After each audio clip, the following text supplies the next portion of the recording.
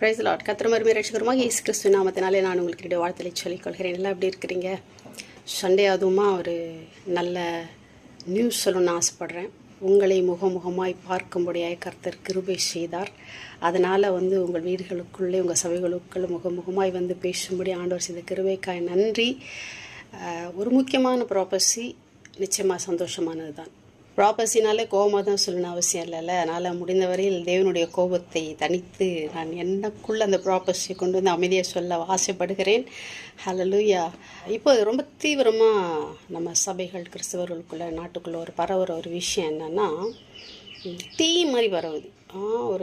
எப்படி ஒரு நெருப்பு காட்டை கொளுத்தும் பார்த்தீங்களா, அந்த மாதிரி ஒரு டக்குன்னு ஒரு கொளுத்துற மாதிரி விஷயம் பரவுது. என்னென்னா, சபைகளை அழிக்கப் போகிறார்கள், கிறிஸ்தவர்களை அழிக்கப் போகிறார்கள், எல்லாவற்றையும் கையில் எடுக்கப் போகிறார்கள், அப்படி இப்படின்னு சொல்லிட்டு இதில் ஒரு 75% பங்கு சோஷியல் மீடியாஸுக்கு இருக்குது. ஏன்னா அதில் தான் அத்தனை பேர் பேசுகிறதும் வெளியே வருது. இதில் ரொம்ப போட்டி போட்டுக்கொண்டு பிற மதத்தை சார்ந்த சில பேர் இதை கையில் எடுத்துக்கொண்டு, மக்களே அவங்களுக்கு தேவை வியூஸு, அந்த வியூஸில் வர பணம், ஃபேமஸ்ஸு.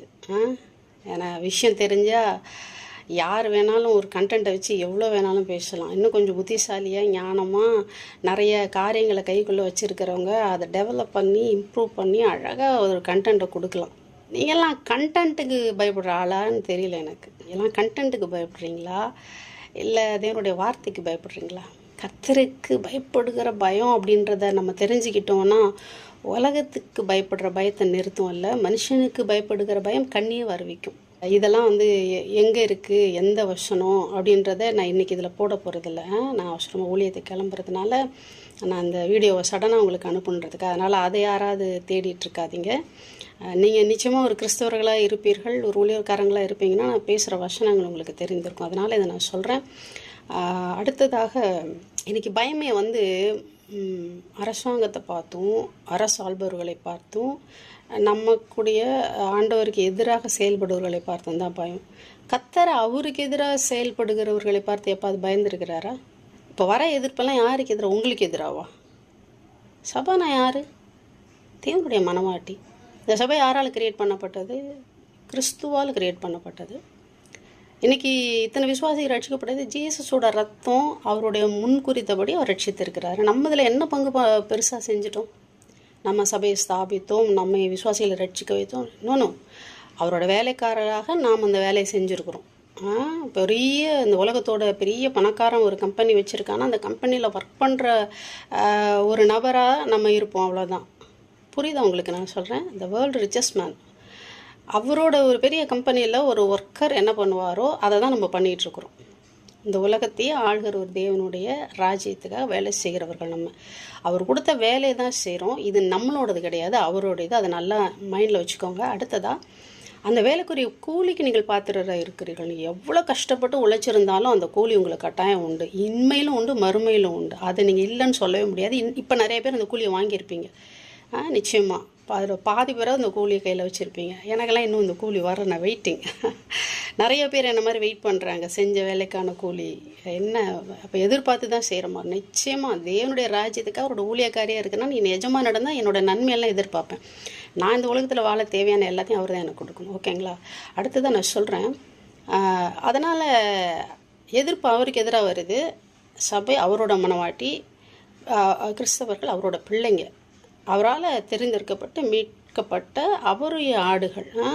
பிதா அவருக்கு அதை கொடுத்துருக்கிறார். அதனால் அந்த பயம் அவருக்கு இருக்கணும், உங்களுக்கு இருக்க வேண்டியதில்லை. ஆனால் நம்ம தேவனை யாராவது பயமுறுத்த முடியுமா என்ன? இப்படிலாம் பேசி அந்த ஞானம்லாம் நமக்கு இருந்துச்சுன்னா, அவன் சொல்கிறான் இவன் சொல்கிறான், சட்டம் வருது, அதை தூக்குறாங்க. யோசிச்சு பாருங்களேன். கொரோனாவுக்கு முன்னாடி ஒரு பெரிய பிரச்சனை வந்துச்சு. இதே மாதிரி இந்தியாவை விட்டு 2 கிறிஸ்தவர்கள் முஸ்லீம்களை வெளியே அனுப்பணும்னு சொல்லி பெருசாக சட்டம் கொண்டு வர போகிறாங்கன்னு எனக்கு தெரிஞ்சு 2019 நான் கேள்விப்பட்டேன். அதுக்கப்புறம் கொரோனா எல்லாத்தையும் அடக்கி வாயை மூடி கையை மூடி பொண்டாட்டி பிள்ளைய கூட பார்க்காம தனித்தனியாக உட்கார வச்சுது. ரைட்? ரோட்டில் கூட நடமாட முடியல. அவரோட நாமத்துக்கு எதிராக வந்த காரியங்களுக்கு என்னென்ன செஞ்சாரோ அதை நம்ம மறந்துட்டோம். எல்லாரும் பைபிளுக்குள்ளேயே போய் வாழ ஆரம்பிச்சிட்டிங்க. அதாவது வசனத்துக்குள்ளே வாழல, பைபிளுக்குள்ளே சரித்திரங்களுக்குள்ளே போய் அந்தந்த பார்ட்டை நீங்கள் ஒர்க் பண்ணிகிட்ருக்குறீங்க. நான் மோசே, நான் பவுல், நான் யோசுவா, நான் இதையும் நான் நெகேமியா, நான் பேதுரு, நான் யோவான், சில பேர் நான் இயேசு. நீங்களாக இருங்க, உங்களுக்குள்ளே இயேசு வாழ்ந்தால் போதும். நீங்கள் இயேசுவை மாற வேணாம். இயேசு உங்களுக்குள்ளே வாழும்போது இயேசுனுடைய கிரியைகள் உங்களுக்குலேருந்து இயேசுடைய குணாசங்கள் வெளிப்படும். அதனால் நீங்கள் அவங்க காலத்துக்கு போயிட்டு அப்போ நடந்தது மாதிரி இப்போ நடக்க போகுது. எனக்கு முன்னாடி வாழ்ந்தவங்க, இதுக்கு முன்னாடியே சபையை ஸ்தாபித்தவர்கள், இத்தனை நூற்றாண்டுகளுக்கு முன்னாடி வாழ்ந்தவங்க, இத்தனை வருஷத்துக்கு முன்னாடி வாழ்ந்தவங்க, அப்போ இந்த காலகட்டத்தில் நடந்த பிரச்சனை போகிறோம். ஏன் பாஸ்ட்டை கொண்டாந்து இழுத்து உங்கள் மேலே போட்டுக்கிறீங்க? அப்போ நடந்தது இப்போ வருமானா வராது. நீங்கள் நிச்சயமாகவே தேவனை அறிகிற அறிவிலே பெரியவர்களாக இருந்தீர்களானால், அந்த ஞானமுடையவர்களாக இருந்தீர்களானால் எதுவும் உங்களை பயமுறுத்தாது. 2 ராஜாக்கள் 18-19 செனகரிப் வந்து எப்படி அந்த யூதா பட்டணத்தை பிடிக்கிறான், எருசலேமை முற்றுகையிடுறான், எல்லாமே நமக்கு தெரியும். அப்போ வந்து அவன் ரப்சாக்கே அப்படின்ற பெரிய படை தலைவனை ஒருத்தனை அனுப்புகிறான். அவன் முக்கியமான ஆள். அவனை அனுப்பும்போது, ஏன்னா அவனால் தான் பேசி இருதயங்களை பயப்பட வைக்க முடியும். அவன் பயமுறுத்துறது யார்? தேவனுடைய பிள்ளைகளை பயமுறுத்தினான். அவன் வந்து வேறு லெவலில் பேசுகிறான். ஏய், அடித்து காலி பண்ணிவிடுவேன், ஏன்னா உங்கள் கடவுள் தாண்டா எங்கள் கையில் எல்லாத்தையும் கொடுத்துருக்குறாரு. அவர் அனுமதிக்காமலாம் இத்தனை பட்டணத்தை பிடிச்சேன், இப்போ லாகேஷையும் நான் பிடிச்சிருவேன். யூதா ராஜாவே எல்லாத்தையும் அடித்து காலி பண்ணிட்டேன், சமாரியா காலி, எல்லாத்தையும் என் கையில் கொடுத்துட்டாரு, நீ மட்டும்தான் மிச்சம் இருக்கிற, உன்னையும் காலி பண்ணிவிடு. யோசிச்சு பாருங்கள், அத்தனையும் பிடிச்சி எசேக்கியா ராஜா இருக்கிற இடம் மட்டும்தான் மிச்சம் இருக்குது, மற்ற சுற்றி இருக்கிற அத்தனை கண்ட்ரி அவன் கையில் இருக்குது. அப்போ எல்லாருக்கும் என்ன சந்தேகம் வரும்? எல்லாத்தையும் ஆண்டவர் கையில் கொடுத்துட்டாரு, நம்மளையும் கொடுத்துருவாருல்ல. உங்களுக்கு ரப்சாக்கே தந்திரமும் அவன் பேசுனதும், அதற்கு வந்து அவங்களுடைய எசேக்கியாவோட அரசவையில் இருக்கிறவங்க போய் அவர்கிட்ட பேசிட்டு அவங்க பயந்து போய் வந்து சொன்னதும், மக்கள்கிட்ட பேசினதும், எல்லா ஸ்டோரியும் உங்களுக்கு தெரிஞ்சிருக்கும். தெரியலன்னா 2 ராஜாக்கள் 18-19 தயவு செஞ்சு உட்காந்து படிங்க ஃபுல்லாக. அதுதான் ரப்சாக்கேவோட ஸ்ட்ராட்டஜின்னா யுக்தின்றதை விட நிறைய மொழிபெயர்ப்புகள் அதை நான் தேடினேன். அது ரொம்ப பிடிச்ச வார்த்தை ஸ்ட்ராட்டஜி. நான் ஒரு 5 வருஷமாக அதை ரிசர்ச் பண்ணிட்டு இருக்கிறேன் ஸ்ட்ராட்டஜி பற்றி.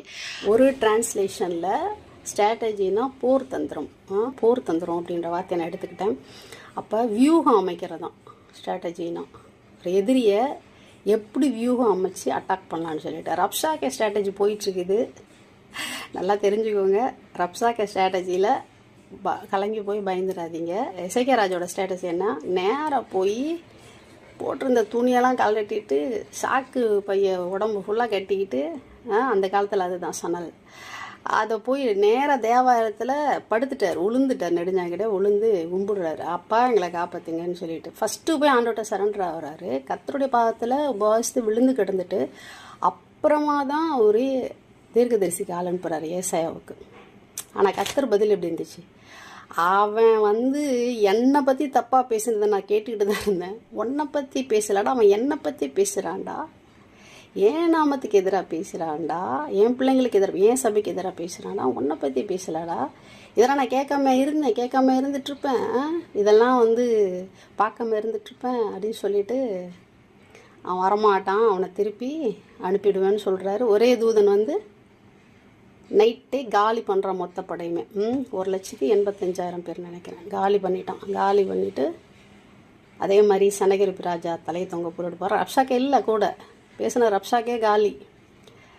மக்களே, ரப்சாக்கே ஸ்ட்ராட்டஜி உங்களுக்கு வேணுமா? எசேக்கியா ராஜாவோட ஸ்ட்ராட்டஜி பண்ண போகிறீங்களா? போர் தந்திரம் தெரியணும், வியூகம் எப்படி அமைக்கணும்னு தெரியணும், யுக்தி தெரியணும். நம்ம தேவன் யார்? யோபில் சொல்லப்பட்டு இருக்கிறது, அவர் தந்திரக்காரரின் கைகள் காரியத்தை முடிய நடத்தக்கூடாதபடிக்கு அவர்கள் உபாய தந்திரங்களை அபத்தமாக்கி போடுகிற தேவன். இங்கிலீஷில் டிரான்ஸ்லேஷன்லாம் இருக்கும், போய் படித்து பாருங்கள், ரொம்ப நல்லாயிருக்கும். தந்திரம்லாம் அவர்கிட்ட செல்லுபடியாகாது, எல்லாத்தையும் காலி பண்ணிவிடுவார். அதனால் உங்களுக்கு கொடுத்த வேலையை செய்யுங்க. கர்த்தர் என்கிட்ட சொல்லியிருக்கிறாரு, ரொம்ப சீக்கிரமாக நீ வெளிப்படுவாய், எல்லா தமிழ் சபைகளுக்கும் போவ. முதல்ல தமிழ் தான், நம்ம லாங்குவேஜ் தான் முக்கியம். எல்லா தமிழ்நாட்டில் உள்ள சபைகளுக்கும், இந்தியாவில் எல்லா தமிழ் சபைகளுக்கும் நீ போவ. ஏன் வெளிநாடுகளுக்குள்ளே என்ன அனுப்புவார்? ஏன்னா நான் ஃபாரின் போகணுன்னா இந்த 5 வருஷத்துக்குலாம் நாங்கள் இருந்திருக்கணும். வல்லரசு நாட்டில் என் சொந்தக்காரங்க இருக்கிறாங்க. ஒரு 3 கண்ட்ரியிலே என்னை ஊழியத்துக்கு கூப்பிட்டாங்க. இப்போ இல்லை, ஒரு 4 வருஷத்துக்கு முன்னாடியே. நான் அப்போல்லாம் பாஸ்போர்ட் கூட எடுக்கலை. ஏன்னா எனக்கு கர்த்தர் அந்த வெளிநாட்டு மோகத்தை கொடுக்கவே இல்லை. எனக்கு வந்து தங்கம் எப்படி பிடிக்காதோ அது மேலே மோகம் இல்லை, அது மாதிரி வெளிநாடு மேலே மோகம் கிடையாது. அது சின்ன பிள்ளையிலேருந்து எனக்கு ஏன்னா எனக்கு இன்னும் நம்ம கண்ட்ரி எடுக்கலை. ஏன்னா எனக்கு கர்த்தர் அந்த வெளிநாட்டு மோகத்தை கொடுக்கவே இல்லை. எனக்கு வந்து தங்கம் எப்படி பிடிக்காதோ அது மேலே மோகம் இல்லை, அது மாதிரி வெளிநாடு மேலே மோகம் கிடையாது. அது சின்ன பிள்ளையிலேருந்து எனக்கு. ஏன்னா எனக்கு இன்னும் நம்ம கண்ட்ரி ரொம்ப பிடிக்கும். நான் வெறுத்தது நம்ம நாட்டை ரொம்ப வெறுத்துருக்கேன், அதெல்லாம் சில சாட்சி இருக்குது. ஆனால் வந்து ஊழியத்துக்கு வந்ததுக்கப்புறம் நான் அந்த மாதிரி எந்த கண்ட்ரிக்கும் போய் ஊழியம் செய்ய விரும்பலை. ஏன் தெரியுமா? இந்தியாவில் என் ஊழியம் முடியல. இந்தியாவில் ஊழியம் முடிச்சுட்டு தான் நான் மற்ற இடத்துக்கு போவேன். அதனால் நான் தியாகமாக என்னுடைய மேன்மைகளை எல்லாத்தையும் விட்டுட்டு அந்நியனும் பரதேசியமாக நான் வாழ்ந்துட்டுருக்கிறேன். இப்போ ரொம்ப கஷ்டத்துலையும் என்னை ஒடுக்கி என்னை தாழ்த்தி வழிநடத்தல் ஒப்பு கொடுத்து நான் வாழ்ந்துட்டு இருக்கிறேன். அதனால் கட்டாயமாக நான் கேட்ட ஒரு விஷயம், இந்த நாடு வேணும் அப்படின்னு சொல்லி. இந்த நாடு மட்டும் இல்லை, தேவன் நான் கொடுத்த ப்ராப்பர்சி அது. அதனால் வந்து இந்த நாட்டில் எனக்கு உரிமை இருக்குது, ரைட்ஸ் இருக்குது. நாட்டு திருச்சபைகள் மேலே எனக்கு ரைட்ஸ் இருக்குது. கர்த்தர் சொன்னார், ஒன்று அனுப்புவேன், எல்லா இடத்துக்கும் ஒன்று அனுப்புவேன்னு சொல்லிட்டு. ஏன்னா நீங்கள் பார்க்குறவங்க என் ப்ராப்பர்சியை நம்புகிறவங்க, என்னுடைய ஊழியத்தை நம்புகிறவங்க, நான் ஊழியக்காரியாக நினைக்கிறீங்க, என்னை கனப்படுத்துகிறீங்களோ இல்லை என்னை நினைக்கிறீங்க, அக்செப்ட் பண்ணுறீங்கன்னா கட்டாயமாக உங்களுடைய சபைக்கு நான் வருவேன். அப்பொழுது கர்த்தர் சொன்ன காரியங்களை எல்லாம் நீங்கள் செய்திருக்கிறீர்களா என்று கட்டாயம் நான் வந்து பார்ப்பேன். நான் வருவேன், வந்து தேவன் உங்களுக்கு சொன்னவைகளை நீங்கள் சரியாய் செய்தீர்களா என்று பார்ப்பேன். அப்படி நான் பார்க்க வரும்போது நீங்கள் நிச்சயமாக இதை செய்து முடித்திருப்பீர்கள் என்று நம்புகிறேன். God plus.